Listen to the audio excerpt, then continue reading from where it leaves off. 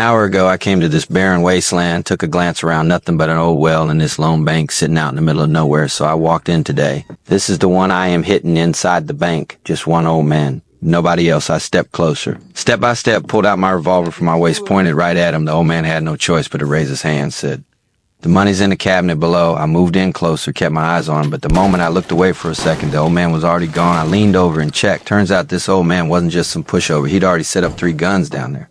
I didn't overthink it, just opened the drawer, grabbed all the cash, but the second I ran out of that bank, a shot came out of nowhere and dropped me. I scrambled behind the old well for cover, but when I looked up there, he was the old man with a level 4 vest front and back.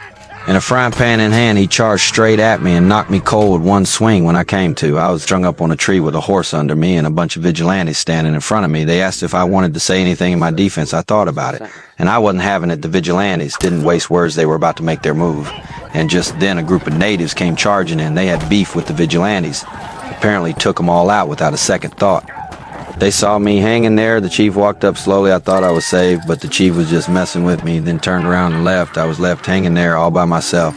Half a day went by. The horse got hungry too, started munching on the grass, moving forward bit by bit, but if this kept up, I was really going to die. That is when I turned my head and saw someone herding cattle not far off. I yelled for help as loud as I could. He heard me finally.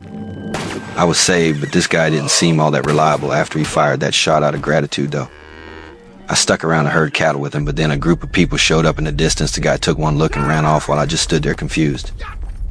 And the next thing I knew, I was arrested again on charges of stealing cattle, caught red-handed. I tried to explain, but they wouldn't even let me speak, and just like that, I was strung up again.